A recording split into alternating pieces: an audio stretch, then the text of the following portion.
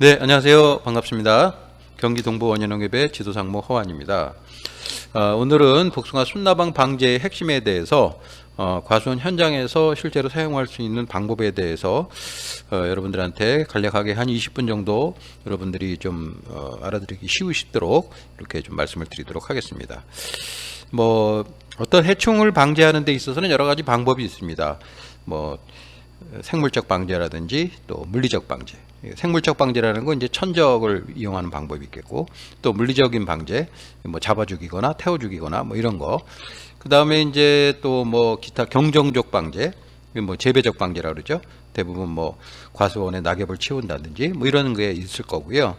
그 다음에 이제 마지막 수단으로 이제 우리가 농약을 쓰는 것을 화학적 방제라고 하는데, 실제 과수원 현장에서는 이제 물리적, 화학적, 생물적 방제는 이제 기본적으로 밀도를 떨어뜨리는 그런 역할에 주로 이제 많이 사용을 하시고, 이제 화학적 방제는 이제 실제로 과수원에 발생하는 그런 해충을 방지하는 그런 용도로 이제 사용을 하게 되는 것입니다.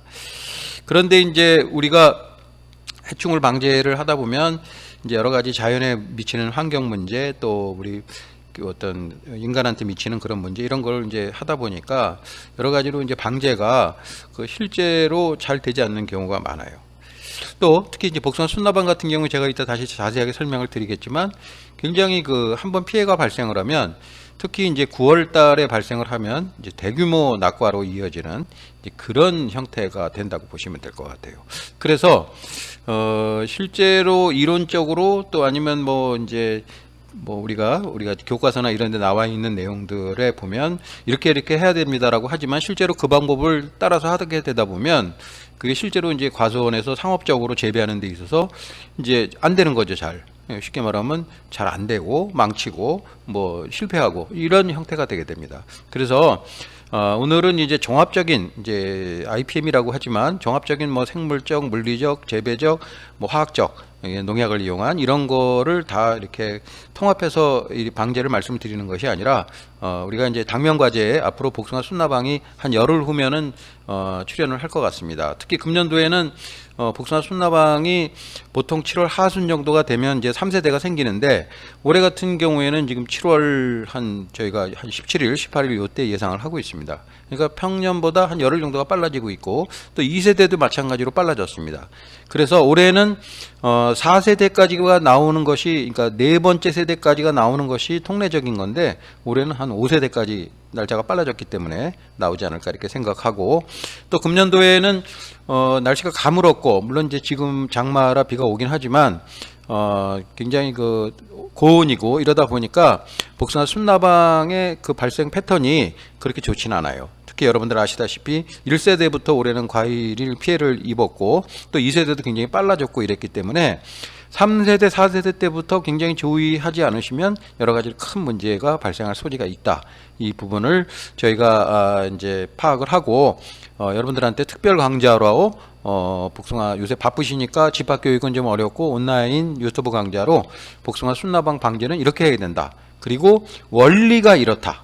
그리고 이러한 농약으로 방제를 하시면 좋겠다라고 이제 말씀을 드리는 시간을 만들었습니다. 모쪼록 여러분들 오늘 제가 시간을 좀 짧게 할 테니까 잘 들어보시고, 이제 여러분들이 저희가 제시해 드리는 방법, 또 제시해 드리는 농약, 이런 거를 잘 감안하셔서 여러분들이 금년도에는 절대로 순나방의 피해를 받지 않도록 그렇게 해주시기를 부탁을 드리겠습니다. 네, 순나방은 각설하고, 순나방은 이제 일단 여러분들 보시는 것처럼 여기 이제 1세대, 2세대, 3세대 이렇게 있습니다. 그래서 이제 1세대, 이제 여기 보시면 2세대, 1세대는 이제 4월 말 5월 상순이 되겠죠. 5월 상순이 되겠고, 2세대는 이제 6월 이제 하순 정도가 되겠습니다. 6월 하순이 되는데 6월 중하순이 되겠죠. 근데 금년도에는 6월 초순에 나왔어요. 초중순에 나왔어요. 그리고 3세대는 여기 지금 보시면 여기가 7월 말에 보통 나오게 되는데, 금년에는 한 요쯤에 나오게 된다. 여러분들이 이해를 이렇게 하시면 되겠어요. 그리고 여기 그림을 좀 보시면 1세대는 이렇게 삐쭉 나왔다 사라지고 없어지고, 2세대 삐쭉 나왔다 사라지고 하는데, 여기 3세대에서부터 5세대에는 이런 발생 양탄을 보이고 있습니다. 그러니까 굉장히 뭉뚱그려서 나타나는 그런 증상을 보이고 있다는 점을 오늘 강의의 주요한 핵심이라는 부분을 말씀을 좀 드리겠습니다.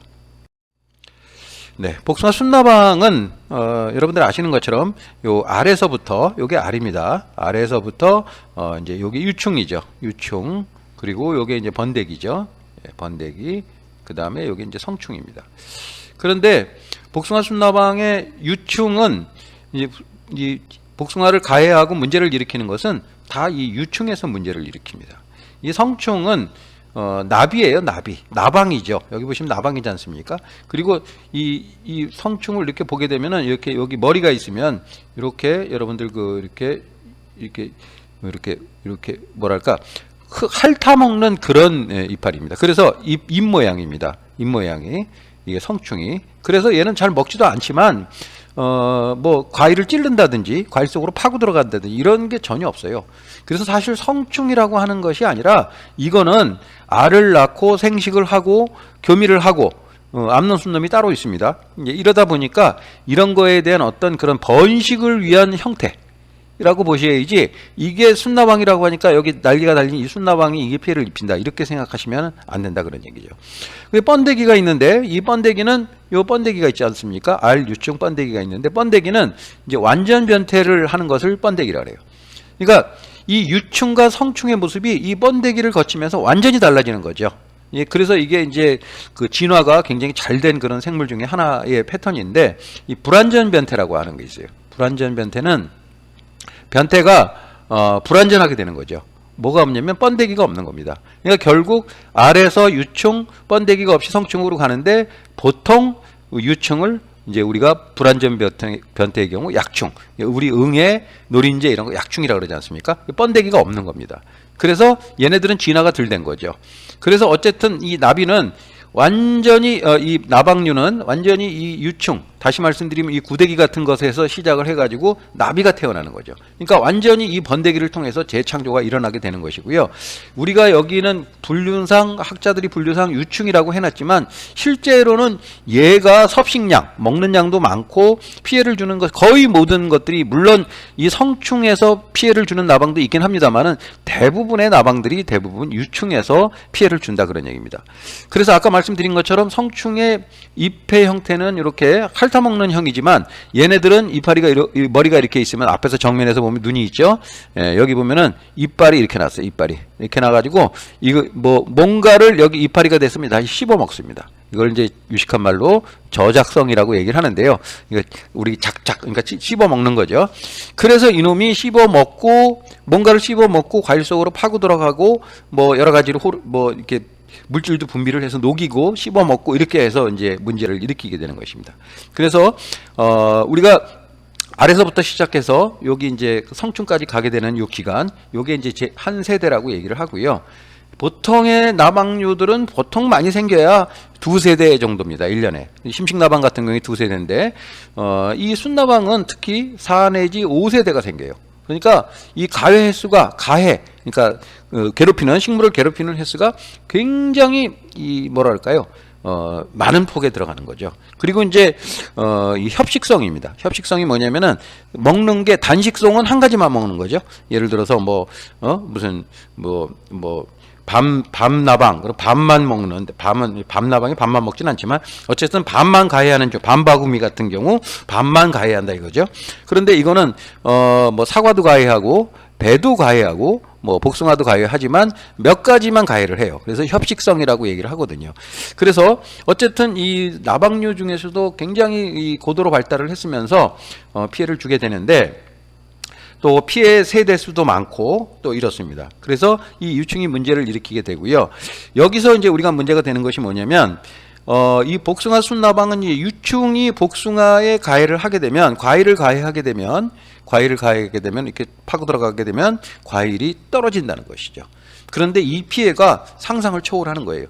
예를 들어서 9월달 우리 여러분들 장원항도 양홍장 수확할 때 특히 방제 잘못하시면 거의 80%는 낙과를 일어나게 됩니다. 작년에도 순나방 피해가 많다고들 여러분들이 막 그렇게 얘기를 하셨는데, 실제로 과선에 가보면 작년에는 순나방 피해가 없었던 건 아니에요. 가보면은 순나방 피해라기보다는 그 8월 말에 비가 많이 온 걸로 인해서 그 이제 많은 강우로 인해서 낙과 피해가 발생을 했는데, 여러분들이 이걸 이제 무조건 떨어지면 순나방이다 이렇게 생각을 하시는 거예요. 그만큼 과일이 떨어지는 거에 대해서 여러분들이 생각하면 과일 떨어지면 순나방 이렇게 생각을 하신다 그런 얘기죠. 자, 어쨌든 그래서 이제 그런 형태를 하게 되고 4번 내지 5바퀴가 돌게 되면 이제 얘가 나중에 이제 이렇게 번데기가 돼서 노숙유충이라 그러죠. 길에서 자는. 그래서 다시 나중에 번데기가 돼서 5월 초에 나오는 이런 형태를 가진다. 이렇게 여러분들이 이해를 하시면 되겠고요. 알에서 깨어나는데 이틀. 그 다음에 그 폐를 끼치는 기간, 유충 기간이 10일. 그 다음에 번데기, 일주일 동안 번데기 상태로 있다가 약 보름 정도가 이제 날아다니면서 교미를 하고 또 날아다니면서 알을 낳고 하는 기간이 15일이 되겠습니다. 그래서 총 30일 정도가 순나방의 한 세대를 완성하는 기간이다. 이거를 여러분들이 참고하셨으면 좋겠습니다. 네, 그런데 이제 세대가 있으면 예를 들어서 1세대, 2세대, 3세대, 4세대, 5세대 이렇게 되죠. 그러니까 이게 온도가 처리 온도라는 것보다는 이제 평균 온도가 이제 온도가 낮으면 낮을수록 세대율이 아래서부터 우하라는 건 뭐냐면은 나비가 됐다는 뜻이에요. 그러니까 이 기간이 거의 2달이지만 온도가 높게 되면은 예를 들어서 한 18.9, 그러니까 19일 정도가 되게 되겠고요. 또 온도가 너무 높으면 또 그거보다 약간 늘어나게 돼요. 그래서 지금 현재의 기간은 한 요 정도가 되기 때문에 아래에서 그 나방이 되는 기간은 대략 20일 정도가 소요가 되고, 그 다음에 한 15일 정도가 저기라고 말씀드렸죠. 성충 기간이니까 이때 한 세대가 요즘 같은 경우에 30일에서 35일 정도에 완성이 된다. 여러분들이 그렇게 이해를 하시면 좋을 것 같습니다. 네, 그 다음에 이제 복숭아는, 복숭아 순나방은 1세대, 2세대, 3세대, 4세대인데요. 처음에 발생하는 5월 초에 발생한 1세대는 알을 어디다 놨냐면 복숭아 잎 뒷면에 놨습니다. 그런데 나머지 2번째, 3번째, 4번째 생기는 것들은 대부분 다 꼭지에다 낳게 된다. 이 말씀을 드릴게요. 복숭아 잎 뒷면에는 1개의 알을 낳지만 나머지 꼭지 부분에 알을 낳을 때는 3개 내지 4개의 알을 낳아서 이놈들이 이제 깨어나서 과일 속으로 들어가거나 이렇게 이제 한다, 이렇게 보시면 될 것 같아요. 네, 이제 처음에 이제 1세대 때 여기 지금 복숭아 순나방 그림이 있는데요. 여기 이제 순을 가해하고 이렇게 돼 있습니다. 이 안에 들여다보면 이런 식으로 이렇게 돼 있죠. 그래서 아까 말씀드린 것처럼 1세대에서 2세대는 순과 과일을 같이 공격합니다. 이제 1세대는 주로 이제 과일이 없으니까 5월달이면 이제 아주 조그만 과일은 있긴 있죠. 그 3세대부터 4세대는 주로 과일을 공격한다. 이렇게 여러분들이 이해하시면 좋을 것 같아요. 네, 그래서 3세대, 이제 지금 여기는 이제 마도카 이런 건데요. 마도카가 7월 말에 순나방이 생겨서 8월 한 10일경에 이렇게 낙과로 이어진 그런 형태라고 보시면 될 것 같습니다. 요거는 제가 어성리 과수원에서 찍은 사진이라고 보시면 되겠습니다. 네, 그 다음에 이제 그보다 조금 늦게 생긴 해, 그럴 때는 이제 3세대의 피해인데요. 대부분 이제 천중도 같은 경우에 날이 뜨겁고 할 때 지금 주로 여기 보시면 이렇게 까맣게 봉지 바깥에서 순나방 유충이 이렇게 이제 뭔가를 녹이는 물질을 내서 이 안으로 이제 파고 들어가는 그런 형태라고 보시면 되겠습니다. 옆에 이런 형태. 그래서 주로 이제 천중도의 피해 양상은 이렇게 옆에, 주로 이제 장원왕도 같은 경우에 이쪽 가운데 여기 뭐죠? 꼭지 부분을 많이 피해를 입히지만 천중도는 주로 이 옆을 많이 피해를 입힌다. 이렇게 여러분들이 이해를 하시면 좋을 것 같습니다. 네, 2021년 작년이죠. 작년에는 순나방 제2세대. 다시 말씀드리면 6월 예를 들어서 6월 한 중하순 정도에 발생한 세대가 이제 적과를 다 끝내는 과일이죠. 요게 이제 지남리, 지남리의 이땡땡 조합원님 과수원에서 찍어서 저한테 보내주신 거예요. 제가 찍은 거 아닙니다. 그리고 이제 순나방 피해라는 게 이렇게 벌레똥이 이렇게 나오고요. 뭐 여러분들 너무나 잘 아시지만 이렇게 피해는 입었는데 이 안에 벌레가 들어있는데 벌레똥이 안 나오는 거는 심식나방이고 그 다음에 벌레똥이 나오는 거는 이제 순나방 피해입니다. 그래서 이제 그렇고요. 2022년 금년도에는 순나방 제1세대가 과일도 가해했습니다. 그러니까 적과일 무렵에 조그만 거 있죠. 도토리만한 거 그런 것들도 이제 가해를 했다 이렇게 말씀드릴 수가 있겠어요. 자, 알에서 유충이 되고 번데기가 되고 성충이 된다고 말씀드렸어요. 알은 여기 보시면 까만데 0.7mm입니다. 여러분들 샤프 펜슬 그 정도 크기예요. 그래서 이놈들이 이틀 정도가 되면 부화를 해서 이렇게 처음에 애벌레가 하얀색 색깔이 하얀색이죠. 하얀색 애벌레가 되고요. 알에서 깨어나서 이틀 정도 깨어나서 2시간이면 과일 속으로 침입을 합니다. 이때 이 뭐랄까요, 자극을 받은 복숭아는 이제 낙과가 발생한다고 보시면 될 것 같습니다. 네, 그래서 아까 보였던 이 그림이죠. 어린 것이 이제 이틀 만에 깨어나서 2시간 만에 들어가고요. 그 다음에 이제 과일 안에서 얘가 나이를 먹게 되면 여기 이빨이 이렇게 있어요. 그래서 색깔이 분홍색으로 바뀝니다. 그래서 여러분들이 과일을 잡수다가 이런 벌레가 나오는데 색깔이 보면 분홍색이죠. 그러니까 이거는 제가 봤을 때는 5 내지 6령충입니다. 6령충이라는 게 뭐냐면 알에서 한 번 변태를 한 거를 1령충이라고 얘기하고요.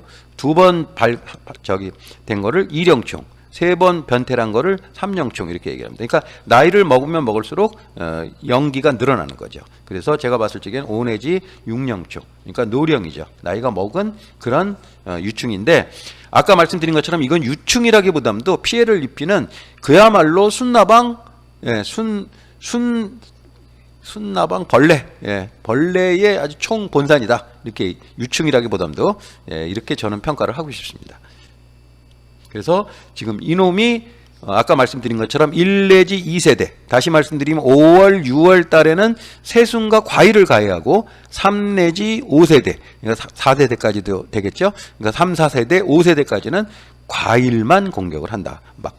반드시 과일만은 아니지만 주로 과일을 공격한다. 특히 마지막 세대, 4세대가 여러분들 보통 9월 한 8월 말 정도가 되게 되거든요. 4세대가 8월 말 정도가 되는데 이때는 장어낭도를 공격을 하고 얘네들이 여러 가지로 준비를 하기 때문에 특히 장어낭도의 피해가 많은 것이 그렇습니다. 특히 이제 그 무렵에 장어낭도의 숫기가 이렇게 왔기 때문에 양홍장은 안 먹어도 장어낭도를 먹죠. 근데 이제 그 숫기가 빨라져서 양홍장이 익었을 경우에는 양홍장도 피해를 입을 수가 있는 것입니다.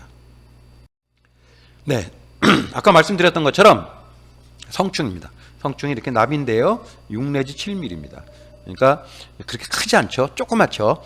그래서 얘는 이제 성충인데 아까 말씀드린 것처럼 잎에 뭘 먹는 잎이 이런 식으로 생겨서 주둥이하고 연결이 돼서 파거나 뭘 이렇게 후비거나 이렇지 않습니다. 또 잘라 먹거나 이렇지 않아요. 그래서 주로 이제 거의 먹지 않는다고 알려져 있는데 한 200개의 알을 평생 동안 낳는다고 한 열흘 보름 동안에.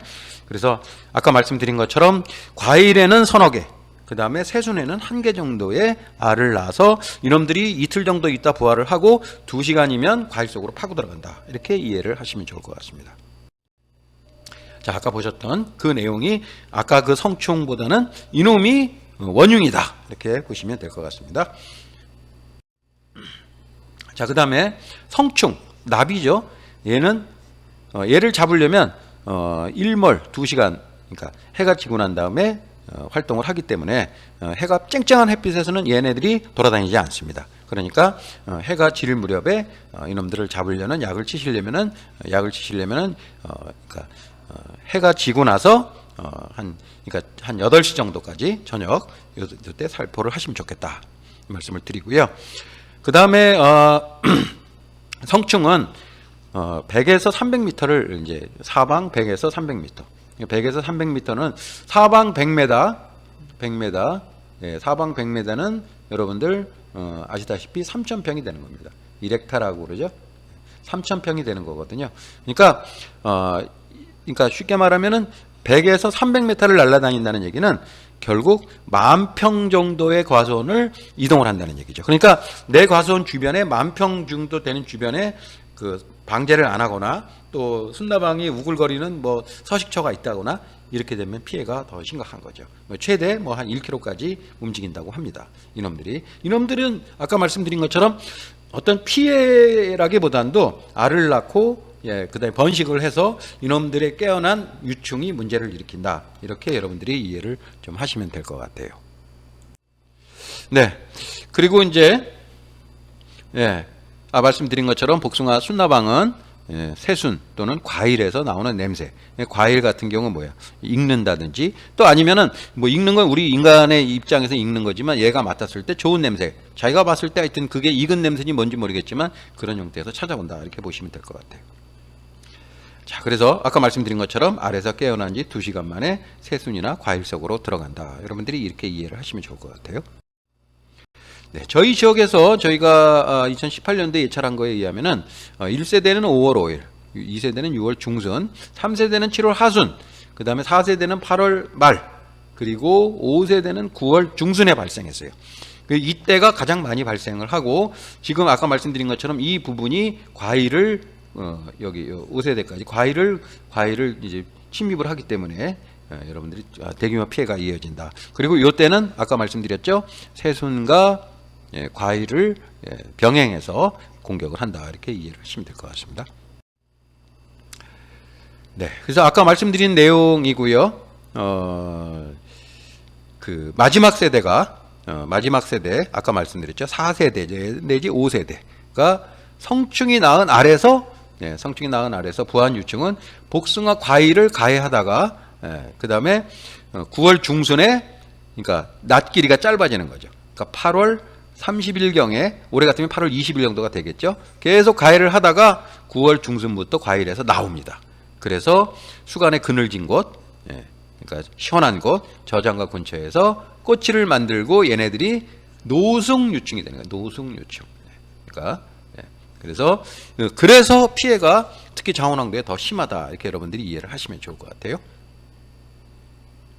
자, 여기 또 보면 이 부하유충은 그러니까 이제 깨어난 유충이죠.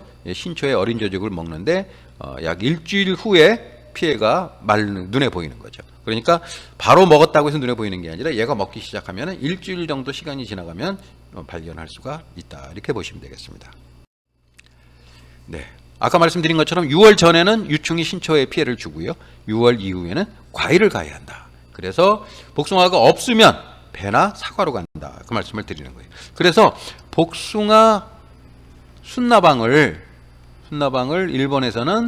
일본에서는 배 심식나방이라고 해요. 똑같은 벌레인데 그렇게 얘기합니다. 그러니까 배에도 피해가 상당히 많은 거죠.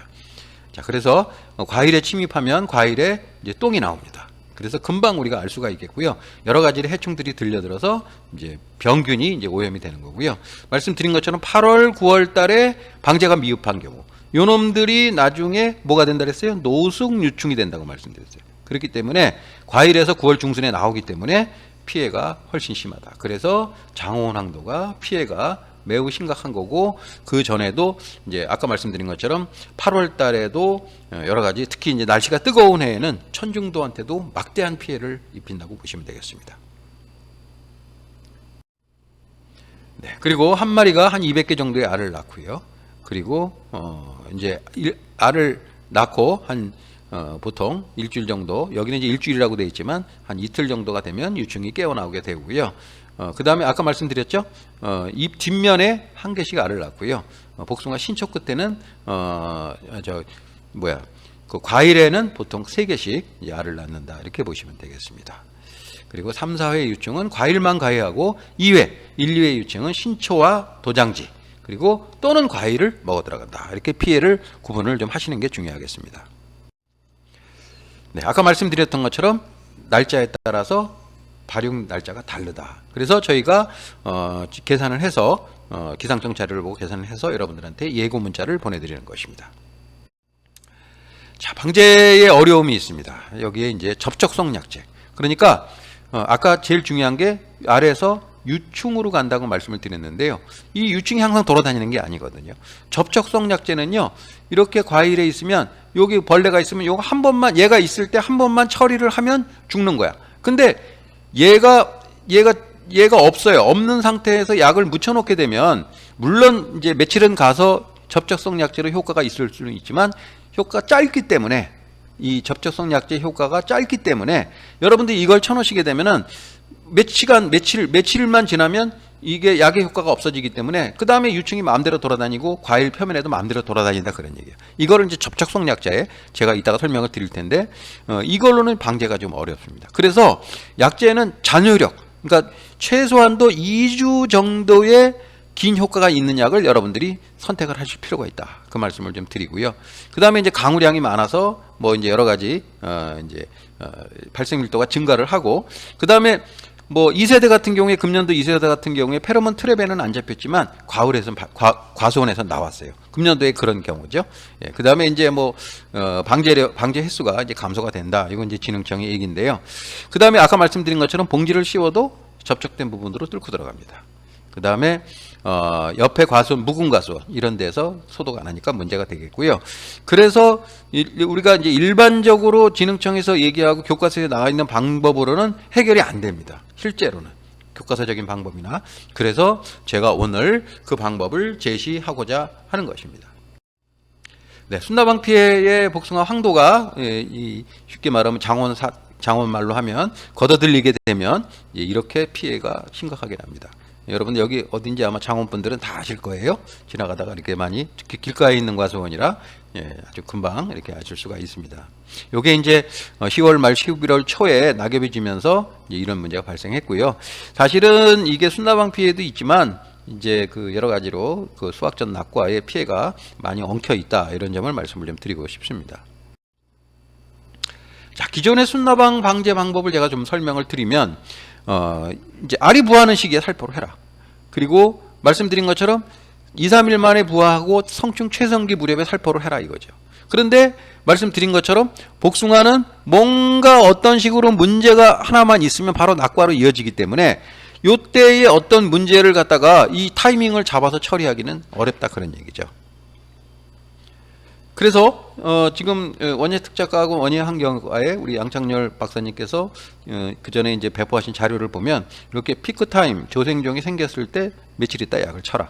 그러니까 여기 이제 뭐죠? 이게 이제 알에서 깨어나는 그런 시기를 계산해라. 뭐 이런 식의 얘기입니다. 여기도 보면 많이 생겼을 때 쳐라. 그 많이 생겼을 때 쳐라. 근데 여기는 어떻게 할 거냐 이거. 여기는 지금 여기 생기는 건. 근데 여기 생겨도 낙과가 엄청나게 심해요. 예. 그러니까 지금 이 방법이 틀렸다는 것이 아니라 이 주변에 이 방법은 어떻게 할 거냐 이거야. 제 말씀이. 그리고 실제로 농가에서는 방제가 안 되는 거야. 예, 그래서 말씀드린 것처럼 뭐 기존 방제는 이렇게 해라. 뭐 발생하고 1세대 때는 10일 있다. 최대 발생기. 2, 3세대 때는 7일 있다. 4세대는 10일 있다. 이렇게 하라고 하는데 실제로 아까 말씀드린 것처럼 그 중간에 어떻게 할 거냐 이거죠. 그래서 또 여기서도 이제 9월 중순에 추가 살포를 해라. 예. 근데 또 그 중간에 또 어떻게 할 거냐 이거지. 예. 그리고 이제 페로몬 트랩이 뭐냐면 순나방 암컷 냄새가 나는 것을 끈끈이 트랩에다 붙여놨어요. 그래가지고 순나방 순놈들이 덤벼서 조사를 이제 얘는 이제 암놈인 줄 알고 와서 덤비거든요. 그렇게 되면 이제 그 끈끈이 테이프에 붙으면 이제 몇 마리가, 우리 파리 끈끈이 마냥 몇 마리가 잡혔는지를 5일마다 조사를 해서 보게 되면 5일마다 20마리 이상이면 방제를 고려하고 50마리 이상이면 반드시 방제를 하라고 하는데, 이것도 하나의 어떤 그 소위 말해서 이제 하나의 뭐 표징이라고 해야 되나? 시그널이에요. 시그널. 예. 시그널. 예. 신호인데 이거는 제가 봤을 적에는 복숭아에 관한 연구의 내용이 아니고 이 사과의 순나방에 대한 어떤 그런 것들을 준용한 것이에요. 가지고 온 것이지. 그래서 제가 봤을 적에는 뭐 이게 틀렸다는 것이 아니라 이거를 현장적으로 고려하기는 어렵다. 그 말씀을 드리고요. 그 다음에 주변의 발생원, 폐원된 과수원, 뭐 그 다음에 산이 많다든지 이런 쪽에, 그 다음에 이게 이제 나 혼자만 해서 되는 게 아니기 때문에 공동 방제를 해야 된다. 이제 이런 얘기라고 이제 기존에서는 얘기를 하고 있습니다. 그래서 뭐 지금 말씀드린 것처럼 껍질을 벗기고, 아까 이 껍질을 벗기기 뭐예요? 이게 재배적 방제죠. 과운내 봉지는 이제 재배적 방제. 그래서 뭐 이런 것들을 하고 그 다음에 뭐 생육기에 열흘 간격으로 일주일 간격으로 이렇게 하는 게 좋겠다. 그리고 약은 이런 걸 하는 게 좋겠다 하는데 실제로 이렇게 하면은 방제가 잘 안 된다, 그런 얘기죠. 여기 보시면 일반적으로 성충이 여기 알이 깨어나서 나중에 이제 지금 여기 과일을 공격하는 시기가 요때니까 7월달, 8월달 요때니까요. 요때 방제를 많이 생기고 그 다음에 쳐라, 이제 이런 얘기입니다. 그러니까 결국 애벌레가 부화하는 시기에 전문사항충제를 살포를 해야 된다. 이런 이제 패턴으로 얘기를 하고 있는 것입니다. 자, 그래서 이제 결론 부분을 말씀을 드리겠습니다. 복숭아 순나방은 여기 보시면 우리가 이제 뭐 탄저병이다 무슨 병이다 할 경우에는 병 생기면은 되돌리기가 어렵잖아요. 그래서 우리가 예방적으로 여러분들이 살균제를 치십니다. 그렇죠? 어떻게 쳐요? 7일 내지 10일 간격으로 뭔 병이 생겼는지도 모르고 그냥 약을 치는 거야. 그죠? 정기적으로. 예. 이걸 뭐라 그래? 이거를 여러분들이 예방적으로 하는 거야. 생기기 전에 처리를 한다 이거야. 그래서 뭐 대체적으로 한 7일에서 10일 간격을 자꾸 하신다 그런 얘기야. 그래서 병이 생기기 전에 미리 예상을 해서 여러분들이 예방을 해서 없는데도 살포를 한다 그런 얘기지.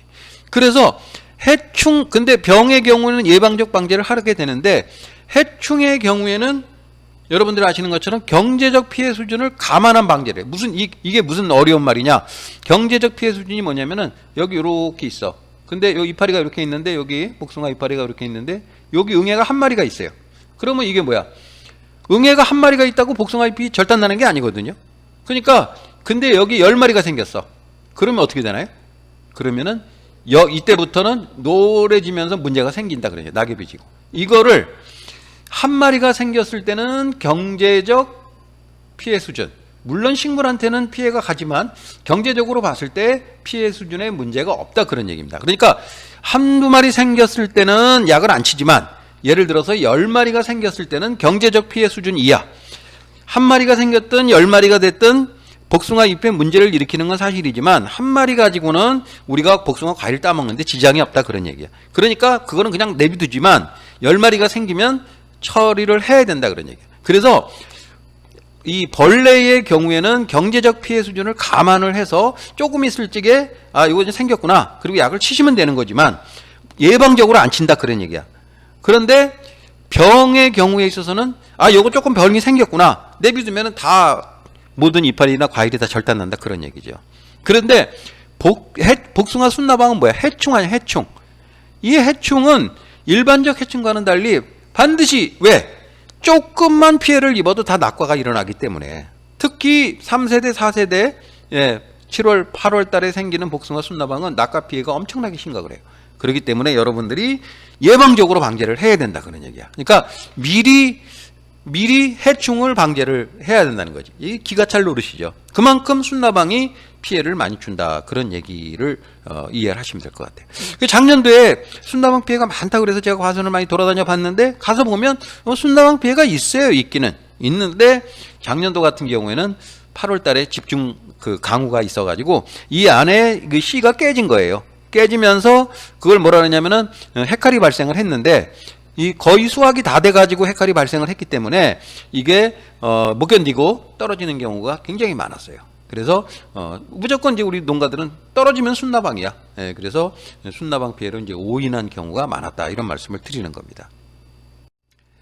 자, 그래서 제가 드리고 싶은 말씀이 이제 거의 많이 왔는데 1세대가 이렇게 삐쭉 생기고 2세대가 삐쭉 생기고 다시 말씀드리면 요 1, 2세대는 신초나 과일만 가해한다고 말씀을 드렸어. 과일, 신초, 병에. 그래서 피해가 그렇게 많지는 않아. 있긴 있지만. 그리고 또 요때 두 번째 생기는 요 세대에는 적과를 통해서 똥이 나온 과일을 없애주면 돼. 근데 3세대, 4세대는 뭐냐면 이렇게 뭉쳐서 나온다고. 뭉쳐서. 그러면은 아까 방법대로 여기 많이 생겼는데 일주일 있다 약을 쳐. 그러면 이때 여기는 어떻게 할 거야? 여기는 어떻게 할 거야? 생기면은 무조건 떨어지는데 이런 문제가 생긴다 그런 얘기죠. 자, 말씀드린 것처럼 1세대, 2세대는 적과로 없앨 수 있고 1세대는 피해가 미미해. 물론 생기면 안 되겠지만 3세대, 4세대 때는 이렇게 뭉뚱그려서 나온단 말이에요. 그러면 이때 약치고 요때 많이 생기고 요때 약치면은 이 나머지는 어떻게 할 거냐고. 자, 여기 보시면 각종 연구기관에 제가 인터넷에서 조사한 거예요. 순나방이 발생되는 그래프 보시면 다 여기 3세대, 4세대, 5세대는 다 이렇게 뭉뚱그려서 나온단 말이에요. 뭉뚱그려서. 그런데 약을 요렇게만 치고 여기 요렇게 치고 요렇게 약을 쳐? 나머지 이때는 어떻게 할까요? 이때는. 그 말씀을 드리고 싶은 겁니다. 자, 그래서 3세대, 4세대가 약이 이렇게 쭉 이렇게 발생이 되면 그 3세대, 4세대 순나방 발생 특징은 특정 시기에 발생하는 게 아니라 계속, 물론 이렇게 높낮이의 차이는 있지만 이렇게 계속 지속적으로 생긴다 이거야. 그래서 발생 시기나 예측이 곤란하고, 그래서 이 부분을 여러분들이 굉장히 주의하셔야 된다는 말씀을 드리는 거예요. 그래서 여기 7월 23일이라고 돼 있지만 올해 같은 경우에 7월 17일이나 7월 18일부터 조심하셔야 된다, 이 말씀을 드리는 겁니다. 그리고 5세대까지 갈 염려가 있기 때문에 거의 9월 달까지, 9월 한 하순, 10월 초순까지, 10월 한 중순까지 조심하셔야 된다. 이때는 이제 물론 이제 순나방이 침입한 것이 아니라 이제 피해를 입는 거겠죠. 나중에 이제 거기서 떨어져서 걔네들이 노숙유충이 되는 거죠. 자, 그래서 이렇게 꾸준히 생기는 거에 대해서는 살충제를 우리가 오래 가는 거야. 2주 이상 가는 살충제를 여러분들이 살포를 하셔야 될 필요가 있다, 이 말씀을 드리는 겁니다. 그래서 2주 이상 가는 살충제가 그럼 뭐가 있느냐? 여러 가지 살충제가 있지만 살충제는 번호로서 요즘은 구분을 해요. 농약을 사시면 여러분들 농약봉다리 위에, 농약병 위에 보면 우측 상단에 보면 작용 기작 번호라고 써 있어요. 다 써 있어요. 안 써 있는 거 없어요. 작용 기작 번호라고 써 있는데 거기에 번호가 이렇게 써 있습니다. 거기에 보면 28번, 22번은 A, B로 나눠져 있고요. 30번이라고 돼 있는 거는 제가 이름을 붙였어요. 지속살충제. 지속살충제는 뭐냐면은 회사에서, 정부에서 이 약은 대략 2주 정도를 유지할 수 있다. 다시 말씀드리면 이파리가 이렇게 있어요. 물론 이제 과일도 마찬가지겠지만 이렇게 이파리가 있으면 여기에 이 약이 묻어 있어. 그러면 유충이, 순나방이 와서 여기 알을 낳고 갔어요. 그러면 얘가 이틀 있다 깨어나죠? 그럼 뭔가 여기 와서 과일이 됐든 이파리가 됐든 뭔가 먹으면 얘가 먹고 뭐를 하냐면 섭식 저해를 일으켜. 그러니까 먹고 쉽게 말하면 토하는 거죠. 그래서 얘를 굶겨 죽이는 거예요. 그래서 이 뜻의 의미는 뭐냐면 결국 이 벌레가 죽고 또 여기 또 이 벌레가 약을 뿌린 다음에 새로운 또 벌레가 와서, 순나방이 와서 알을 낳아서 깠다 할지라도 2주 정도는 계속 얘네들이 나와서 먹고 죽는다, 그런 얘기야. 그러니까 아까 말씀드린 것처럼 쭉 생기는 것을 쭉 생기는 것의 빈틈을 방지할 수 있다는 것이죠. 그래서 제가 이름을 지속살충제라고, 2주 살충제라고 해도 되는데 지속살충제라고 붙였어. 그래서 그 번호는 28번, 22, A, B, 22번, 30번이다. 말씀드렸죠? 지속기간이 길고요. 비교적 사람과 축산물에 안전하다. 그리고 유충, 아까 우리를 괴롭히는 놈이라 그랬죠? 이놈의 작용해서 살충 효과를 부린다. 근데 이제 이 약은 계속 사용하면 내성이 발생하고, 말씀드린 것처럼 중요한 겁니다. 잎이나 과일에 골고루 묻어야 효과를 발휘해요. 그래서 얘네들은 주로 3 내지 4세대, 그러니까 주로 과일을 공격하는 그때에 주로 사용을 하게 되고요. 중요한 것은 300평에 400평의 물 SS기 한 차 정도, 물 500리터를 쓰셔야 되는 겁니다. 왜? 잎에 골고루 묻어야 되는데 여러분들이 그냥 약을 날리면 안 묻으면 먹고 와서 과일로 다 가요. 그러니까 여러분들 이거 약 다 쳤어, 소용없다, 그런 얘기야. 그 말씀을 드리고, 직접 살충제라는 게 있어요. 이것도 제가 만든 말인데 1번, 3번이라는 약이 있는데 1번은 대부분 여러분들이 잘 아시는 무슨 치온, 파라치온, 스미치온 이런 것들이 1번 약제예요. 3번은 여러분들 뭐 데시스, 그렇죠? 피레스, 뭐 트레본 이런 피레스로이드 계통의 약제인데요. 이 약은 옛날에는 약효가 좋았지만 이 약들은 나방이 약에 맞으면 죽어요. 지금 여기 28번, 22번, 30번은 물론 30번은 안 그렇고 28번도 일부는 안 그렇지만 이런 약들은 주로 먹고 죽는 그런 약이지만 이 약들은 먹고 죽기도 하지만 또 아니면 맞으면 죽기도 하지만 대부분 효과가 뭐냐면 그 효과가 빠르게 나타나지만 지속 효과가 떨어진다는 거예요. 떨어지기 때문에 어쨌든 나방을 성충이나 유충이 됐든 접촉해서 죽이려면 이거를 1번이나 3번 약제를 쓰셔야 된다, 그런 얘기예요. 그래서 이걸 써놓으면은 뭐 예를 들면 한 2, 3일 정도면은 2, 3일 정도가 유지가 돼. 근데 시간이 이게 지나가지고 만약에 예를 들어서 일주일이 지났는데 이게 약이 예를 들어서 일주일이 지났는데 약이 효과가 없어졌어. 그랬는데 약을 쳤다, 그런 얘기죠. 그러면은 약을 쳤는데 일주일이 지났는데 순나방 와서 알을 까고 갔어. 그러면 계속 다 피해를 입는 거예요. 그래서 이 지속살충제, 2주 동안 가는 살충제하고 직접 살충제하고 우리가 연관을 져서 이제 소위 말해서 이제 이제 잘 활용을 해서 교대로 사용할 수 있도록 그렇게 하는 게 좋겠다. 그 말씀을 드리고, 말씀드린 것처럼 비교적 고독성이고 지속기간이 짧은 약이 1번, 3번. 그리고 6번, 13번은 뭐냐? 요것도 직접 맞아 죽는 건데 1번, 3번보다는 조금 더 효과가 더 오래 가고 더 잘 죽어. 그래서 여러분들이 6번은 대표적인 약이 뭐냐면은 여러분들 이제 에마맥틴이라고 하는데요. 이제 여러분들 가이던스에 들어있는 약들입니다.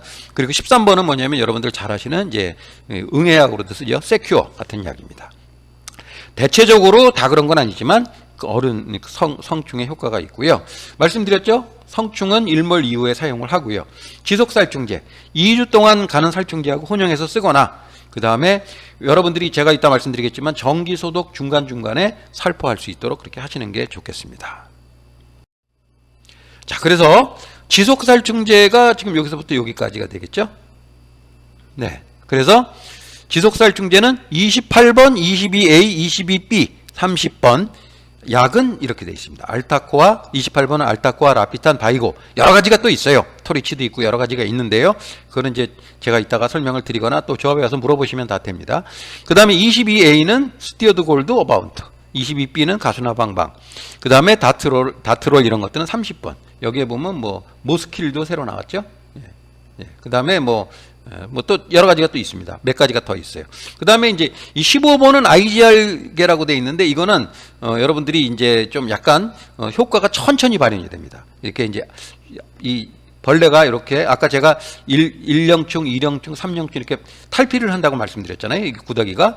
그래서 이 바뀌는 과정을 해치워서 죽이는 거예요. 그러니까 탈피 억제라 그러죠. 이 키틴질 합성 저해인데 이거 이제 보통 IGR 계통의 약제인데요. 이 약은 제가 권해드리고 싶은 방법은 이렇게 주로 이제 다른 약을 쓸 때 이렇게 같이 섞어 쓰셔도 되고 또 아니면 같이 섞여 있는 합제를 사용하셔도 좋겠습니다. 어쨌든 중요한 것은 주로 오래 가는 거. 오래 가는 거는 28번, 22번, 30번이고 그 다음에 1번, 3번, 1번, 3번, 그 다음에 1번, 3번, 그 다음에 13번, 6번 이런 약들은 좀 천천히 가는 그런 약들이다. 그러니까 그리고 지속 효과가 짧습니다. 지속 효과가 짧고요. 그래서 이 부분에 대해서는 제가 설명을 드리기가 굉장히 이제 어려운 부분인데 여러분들께서 이 부분을 가지고 잘 이해를 하셔가지고 지금 이렇게 2주 동안 갈 수 있는 그런 약제를 선택하시거나 아니면 재빨리 이렇게 죽이고 그 대신 재빨리 죽이고 효과는 빠르지만 지속 효과가 떨어지는 것들을 잘 이렇게 조합을 해서 사용하실 수 있는 그런 형태로 가시는 게 굉장히 중요하겠다. 이렇게 말씀을 드리고, 이 직접 살충이나 지속 살충이나 이런 것들은 제가 드리는 말씀이 아니라는 점을, 그러니까 제가 이게 학술적으로 있는 얘기가 아니라 제가 임의적으로 만든 그런 말씀이다라는 것을 여러분들이 이해를 하시면 좋겠습니다. 자, 그래서 방제 프로그램은 제가 이거를 여러분들한테 조합에다 복사를 해서 만들어 놓기도 하고요. 그 다음에 이제 여러분들한테 카톡이나 이런 걸로도 제가 보내드리겠습니다. 그래서 여러분들 굳이 이거를 외우시려고 할 필요는 없을 것 같고요. 지금 말씀드린 것처럼 이제 살충제 핵심 방제는 뭐냐면 10일 단위로 방제를 하는데 살균제 쓰셔야 되잖아요. 안 쓰면 안 되잖아. 그리고 이제 살충제를 하는데 지속살충제가 2주 가는 거죠. 2주 가는 지속살충제를 일단은 기본적으로 여러분들이 열흘마다 한 번씩 친다는 얘기예요. 여기 보시면 핵심. 이게 열흘이야, 이게. 열흘 이렇게 보시면 되겠고, 거기에는 이 핵심에는 지속살충제, 2주가 가는 살충제가 들어있다. 그 다음에 살균제, 이 빨간색으로 된 것이 살균제입니다. 살균제가 원래 빨간색으로 표시가 되거든요. 그 다음에 직접 살충제는 이제 아까 말씀드렸죠. 1번, 3번, 6번, 13번 정도를 우리가 여러 가지가 있습니다만은 그런 것을 우리가 대표적으로 볼 수가 있겠는데 요거는 비교적 지속살충제에 비해서 가격이 저렴해요. 저렴하고 여러분들이 흔히 쓰실 수 있는 거야. 지속살충제가 직접 살충제가 데시스, 피레스, 트레본, 주렁 이런 약들입니다. 돌격대, 그 다음에 또 뭔가요? 아까 말씀드렸죠. 가이던스라든지 또 그 다음에 세큐어라든지 이런 약들을 여러분들이 선택하실 수가 있기 때문에 청실홍실도 그런 약입니다. 그래서 중간에 심하다면 여러분들이 요 열흘 단위의 요 중간에 5일마다 한 번씩 여러분들이 저렴한 청실홍실이나 세큐어나 뭐 세큐어는 저렴하진 않지만 어쨌든 돌격대나 그 다음에 데시스, 데스 플러스가 데시스예요. 그 다음에 가이던스나 6번이라고 말씀드렸죠. 라피탄은 요거는 28번이긴 한데 얘는 28번은 그 직접 살충제가 아니고 지속 살충제인데 요거는 조금 그러니까 직접 살충제의 기능도 좀 있어요. 요 약은. 그래서 요거를 중간에 요때는 아까 말씀드린 것처럼 굉장히 9월 초순 요 중순에 굉장히 심하게 발생하기 때문에 제가 여기다가 좀 넣었다라는 말씀을 드리겠습니다. 그래서 여러분들이 지금 요 프로그램을 하셔서 사용을 하시면 좋을 것 같고요. 그 다음에 여기 이제 전체 방제 이렇게 나와 있는데 복숭아 순나방이 많이 발생했습니다라고 조합이나 농업기술센터에서 문자가 오게 되면 많이 발생한 거거든요. 물론 지역적 편차는 조금 있지만 그때 여러분들이 1번, 3번, 6번, 13번 약재를 가지고 그러니까 직접 죽이는 약재를 가지고 여러분들이 전체적으로 다딴 과수원까지 방제를 한번 해주시는 게 좋다. 무슨 얘기냐? 성충을 다 잡아야 된다. 그 말씀을 드리는 겁니다. 그래서 물론 이제 약을 치실 때 전체 과수원을 수확이 끝난 과수원을 다 치는 것도 좋은데 치면 좋은데 여러분들 그렇게 하라 그러면 여러분들 안 해. 제가 알아요. 그렇기 때문에 하기가 어려우시고 또 약값도 비싸고 하니까 최소한도 많이 생긴다고 하실 적에는 여러분들이 그렇게 하시는 게 중요하겠다. 이 말씀을 좀 드릴게요. 자, 그래서 말씀 여기 나와 있네요. 최다 발생 문자가 나오면 이거 직접 살충제죠. 1번, 3번, 6번, 13번을 방제를 하시고 반드시 이때 전 과수원을 같이 함께 방제를 해주시고요. 또 옆에 방제하지 않는 과수원이 있으면 같이 가서 하셔야 됩니다. 그 외에는 22번, 28번, 30번 약재를 2주 가는 거죠. 철저하게 잎과 가실에 부착되도록 약을 주셔야 됩니다. 중요한 거죠. 그 다음에 약을 28번, 30번, 22번을 선택하시는 것도 중요하지만 여기에 가장 중요한 건 뭐냐면은 여러분들이 물 500리터, SS기로 하실 경우에 물 500리터를 여러분들이 하셔서 300평 내지 400평을 하셔야 된다. SS기 한 차에 500평에서 1000평 방제하시고 순나방 다 했어 하시면 절대로 방제가 되지 않는다. 아까 설명드렸죠? 왜? 이파리나 과일에 묻지 않으면 얘네들이 2주 동안의 효과를 발휘할 수가 없기 때문에 그렇습니다. 그래서 도장지 제거 뭐 많이 빼면은 반발하니까 어느 정도 약이 들어갈 수 있도록 빼주시고 그 다음에 그게 어려우면 여러분들 줄 빼셔가지고 저 안에까지 대포로 약이 들어가게끔 해주셔야 돼요.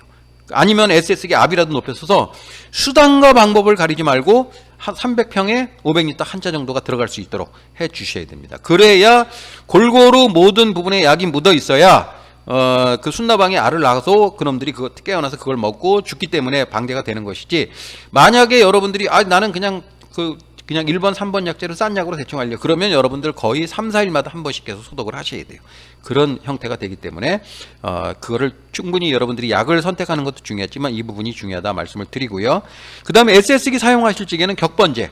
다시 말씀드리면 여러분들이 이렇게 매원 소독을 하셨으면 다음번에는 반대로 하셔야 된다 이거죠. 무슨 얘기냐면 이렇게 하면 여러분들이 이렇게 방향이 항상 약이 맞는 방향이 있는데 여기는 안 맞는다 그런 얘기야. 다음번에 이쪽에 와서 약을 치면 여기에도 맞게 되겠죠. 그래서 특히 전부 다 그렇게 하셔야 되지만 여러분들이 순나방이 많이 발생할 때는 그 부분을 반드시 유념하셔야 된다. 그 다음에 이 신규 약재, 순나방 약 중에서 새로 나온 신규 약재다 하면 여러분들이 무조건 그 약 쓰셔야 됩니다. 왜냐하면 내성이 안 생기고요. 그런 약재들은 대부분 2주 이상을 보장하기 때문에. 그런데 그 2주가 왜 이렇게 중요하느냐? 여러분들이 10일 간격으로 하시기 때문에 그 2주를 하고 하는 것은 14일이에요. 그러니까 여러분들이 10일마다 한 번씩 하시게 되면은 이게 커버가 되는 거 아니에요. 그리고 그 중간에 아까 말씀드린 1번, 3번, 그 다음에 6번, 13번 약재를 가지고 여러분들이 선택을 하셔서 방제를 하시면 철저히 충분하게만 뿌려주시면 순나방에 걸릴 일이 없다, 얻어 걸릴 일이 없다 그런 말씀이다. 그런 얘기입니다. 자, 그래서 지금 제 말이 거짓말이 아니고 2020년 기준은 우리나라 전체 농약 회사의 등록 기준을 보게 되면요. 22번이 가장 많이 등록이 돼 있어요. 그 다음에 여기 보시면 3번도 등록이 돼 있고요. 28번도 등록이 많이 돼 있어요. 예, 이건 결국 뭘 의미하는 거냐면 결국 이 약이 결국 뭐라 그럴까요? 순나방의 어떤 노약회사에서도 이 부분이 효과가 가장 좋기 때문에 많은 상품을 출시하고 있다. 이렇게 여러분들이 이해를 하시면 좋을 것 같아요. 제가 2020년도 기준에서 모든 우리나라에 등록되어 있는 순나방 약을 다 분석을 한 거고요. 그럼 2022년에는 왜 없느냐? 제가 하지는 못했고요. 그리고 약제가 물론 신규 약제 몇 가지 나온 건 있지만 거의 지금 비슷한 패턴이기 때문에 이 자료를 소개해 드리는 겁니다. 보시면 여기 보시면 이제 30번은 여기 아까 말씀드린 것처럼 30번 약제가 여기 있네요. 여기에 이제 다트롤이 있는데 이제 모스킬이 새로 나왔습니다. 그 다음에 또 하나가 또 있는데 제가 제 기억이 안 나네요. 그 다음에 여기 보면 22번, 21A, B 제가 여기 이름 다 적어놨습니다. 그 다음에 여기 보시면 뭐 대부분 22 뭐 이렇게 합제들이 많아요. 그 합제들이 주로 3번하고 많이 합제가 있죠. 3번은 제가 뭐라 그랬죠? 직접 죽이는 약. 그러니까 노약회사에서도 이렇게 등록을 해놓는 거예요. 그래서 또 여기 보시면 28번, 22번 섞어놓은 것도 있어요. 요게 동박의 알리세고요. 그 다음에 또 28번하고 9번 진딧물약이죠. 미네토스타라고 섞어놓은 약이 있습니다. 그 다음에 또 22번, 3번. 그러니까 지금 다 말씀드렸잖아. 30번, 28번, 22번. 이거를 기준으로 해서 1번, 3번, 15번, 그 다음에 6번, 13번 이런 거하고 섞어 놓는 거예요. 그리고 이거에 대해서 약을 선택하는 것도 중요하지만 아까 말씀드린 것처럼 충분히 끊지는 것이 중요하다. 이 말씀을 다시 한번 강조를 드립니다. 그래서 여러분들 뭐 필요하시면 조합에 오셔가지고 이 표 여러분들이 받아 가시고요. 제가 카톡으로 요 등록 농약 기준하고 그 다음에 방제력하고 제가 올려드리도록 하겠습니다. 예, 이거 마지막으로 이렇게 돼 있고요. 이거 참고해서 하시면 좋을 것 같고요. 청실홍실 같은 경우에 4번, 3번 약제. 여러분들 굉장히 많이 쓰시죠? 그래서 이런 약제도 이렇게 된다는 말씀 드리겠습니다. 네, 이상으로 이제 원래는 20분만 하기로 했는데 좀 말씀을 좀 자세하게 드리다 보니까 시간이 좀 길어졌습니다. 죄송합니다. 좀 지루하게 드려서 죄송하고요. 모쪼록 금년도에는 순나방이 걱정이 됩니다. 그래서 올해는 이제 제가 순나방 때문에 피해를 많이 봤다. 제가 욕을 많이 먹으면은 농사가 잘 못 된 해고요. 그냥 여러분들이 제가 아무 욕을 안 먹으면 이제 올해는 농사가 정말 잘 된 그런 해라고 생각을 합니다. 그래서 모쪼록 그렇게 잘 되기를 제가 기대를 해보고요. 또 그런 노력의 일환으로 여러분들한테 오늘 강의를 좀 열심히 좀 드렸습니다. 온라인 강의고 하기 때문에 여러분들 교육 수료 등록이 필요하신 분들은 070-4519-1482로 전화하시면 등록되었습니다라는 말씀을 듣고 끊으시면 여러분들 등록이 되도록 하겠습니다. 자, 그래서 교육 수료 등록 꼭 해주시고요. 여러분들 그 보조사업 신청이나 또 아니면 다른데 뭐 이렇게 증빙으로 필요한 경우가 상당히 있습니다. 그래서 여러분들 등록하시기 바라겠습니다. 자, 이상으로 복숭아 순나방 농약을 이용한 순나방 방제에 대해서 설명을 드렸습니다. 네, 끝까지 경청해 주셔서 감사합니다. 저는 경기동부 원년농협 허환이었습니다. 감사합니다.